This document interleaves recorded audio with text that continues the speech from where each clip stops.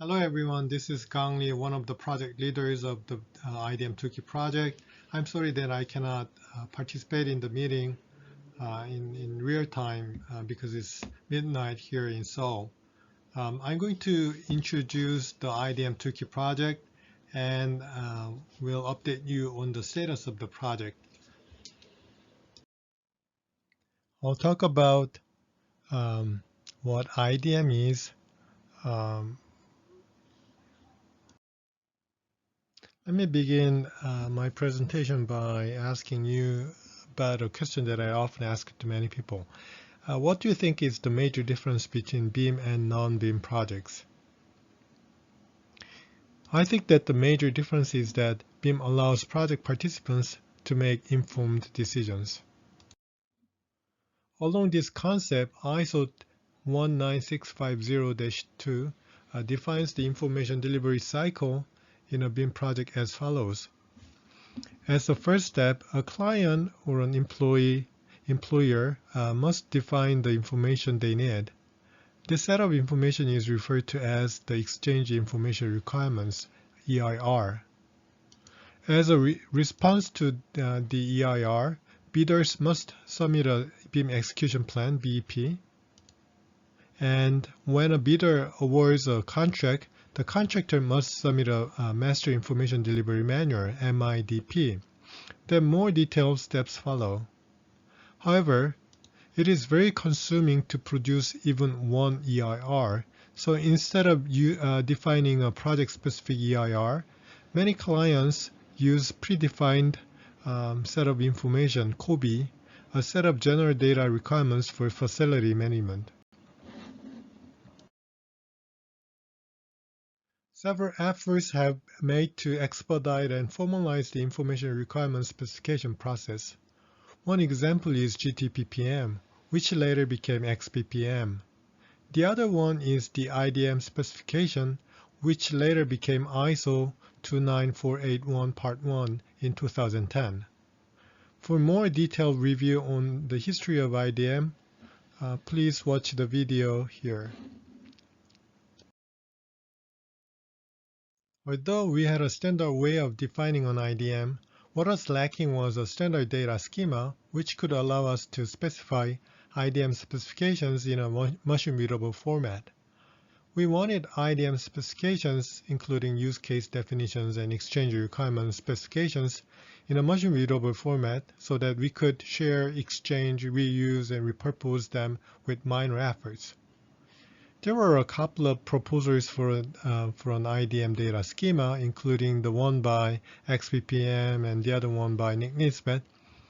But they were for a proof of concept and far from a standard, which the entire industry can accept and use.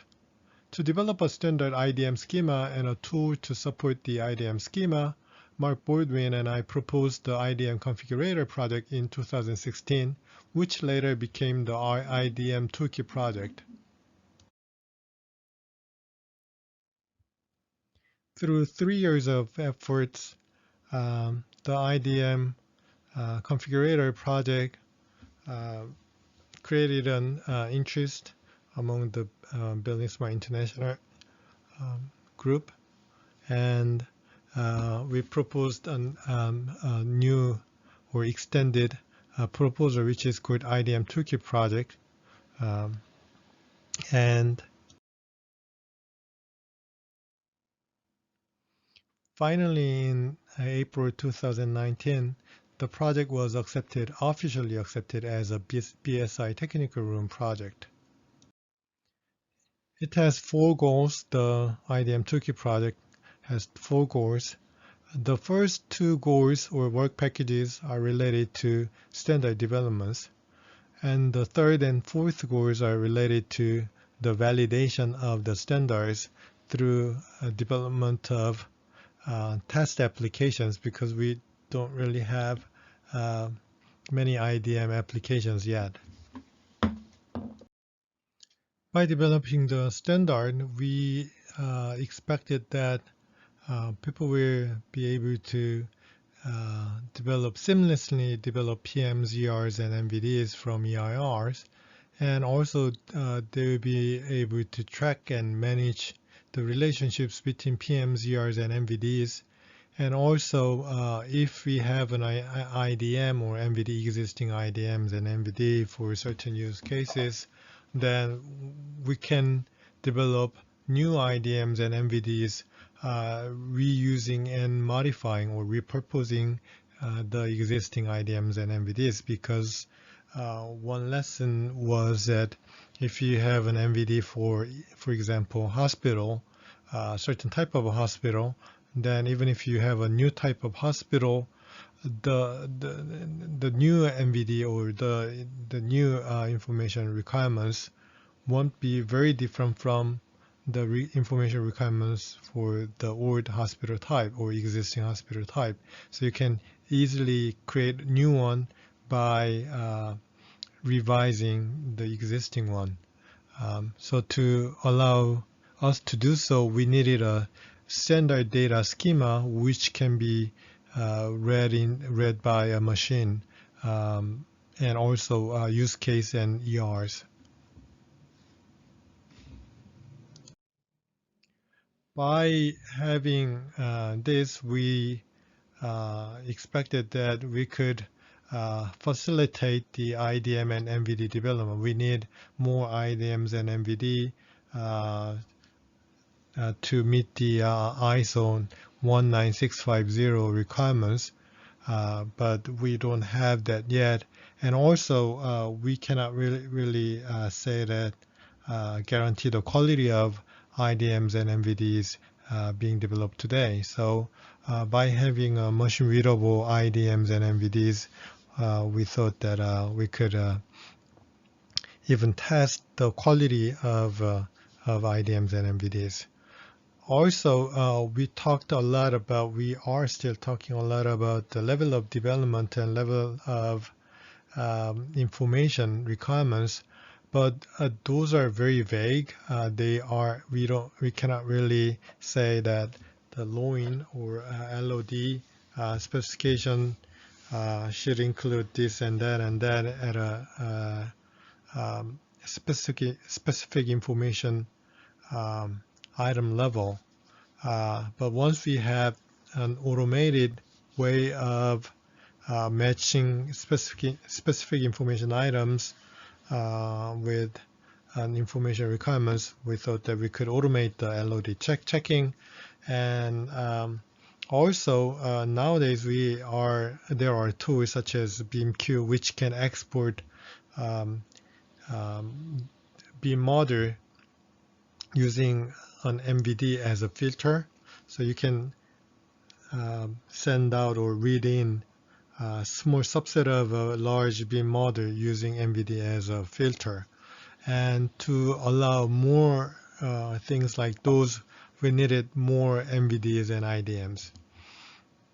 We also thought that we could expedite the automated model quality checking process by having more IDMs and MVDs.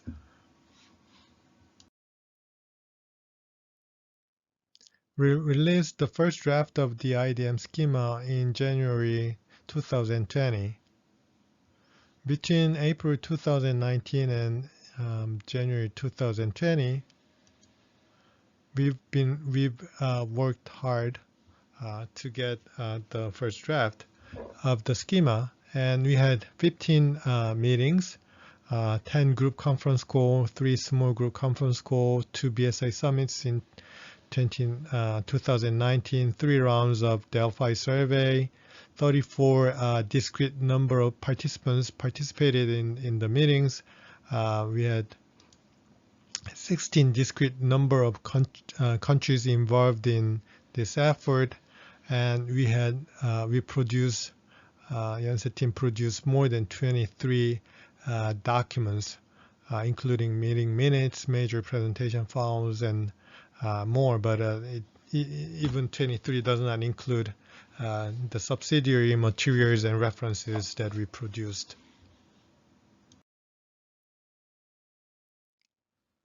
While we were working on this, we learned that Sen was developing European IDM standard, which should be compatible with ISO 29481 Part 1. And also there was a group, use case management group, which focused only on use case aspects of an IDM. So we work closely with these groups and others to collaborate and also coordinate their efforts with us. First two goals together and make them as one goal: the IDM's classification and IDM schema standard. This work package has been proposed as a new work item of ISO 29481. This may become part 3 of ISO IDM standard. ISO standardization process usually takes from 1.5 years to 3 years. We are planning to submit the work package, the schema standard, as candidate draft so that we can reduce the review cycle. For the past several months, we tried hard to make the IDM schema and classification more mature through expert reviews and virtual simulations. By virtual simulation, I mean an attempt to manually map each element in existing IDM specifications to those of the IDM schema. The current IDM schema is called the IDM schema or the IDM XSD because it was defined according to the XML schema definition following the new direction of the Building Smart International.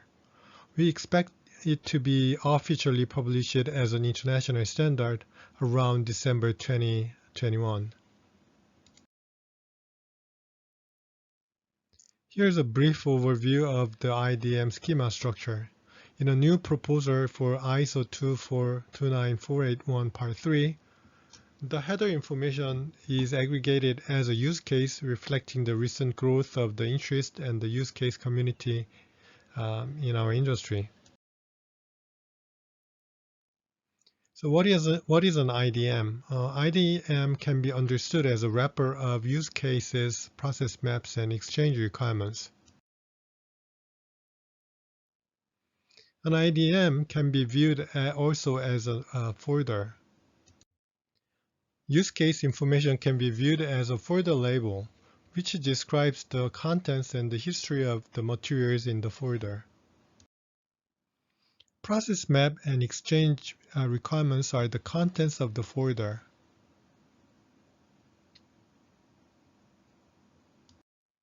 In the latest version of the IDM schema, the relationships I just described are represented in this way.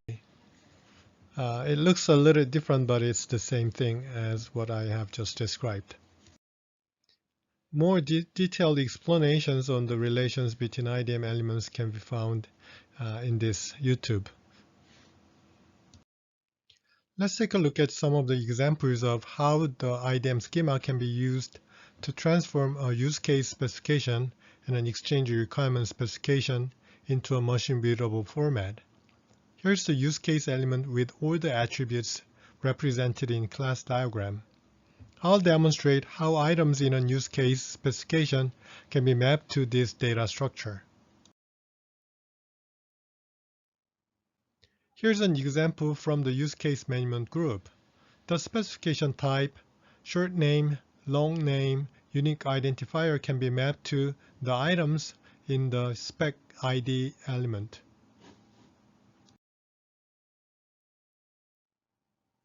Publisher, author, publication date, and change history can be mapped to the items in the authoring element. Description can be mapped to executive summary, benefits to benefits, and objectives to aim and scope,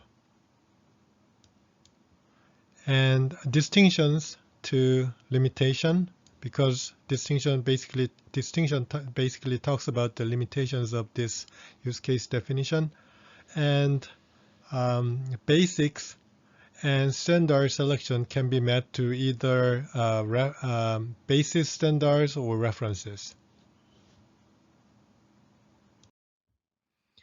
This is the exchange requirement element in the IDM schema with all the attributes represented in class diagram. Here's an example of exchange requirement from ISO 29481 Part 1. These items, including identification and description, are information units. So these can be mapped to information unit, definition can be mapped to definition, and examples can be mapped to examples. An element such as 3D model is an object with which has these information items or these information units as attributes. So such a high-level element, 3D model, can be specified using information unit group, which is an aggregation of information units. Facility, which is a even higher level information unit group, can be also specified using information unit group because it has a kind of recursive structure. So you can read in 3D model as a sub-element.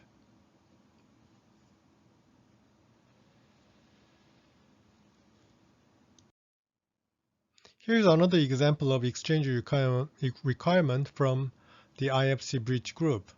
Here, name and the other elements are information units. Footing is an element which have all these elements with these elements as an attribute. So again, we can specify footing using information unit group so that it can have these information unit elements as a sub-item. This description can be mapped to definition, and this image example can be mapped to the examples. However, the current version of schema does not support an image as an example. We'll revise the schema so that it can also support graphical examples in the future. This is it for the presentation. Thank you for your attention.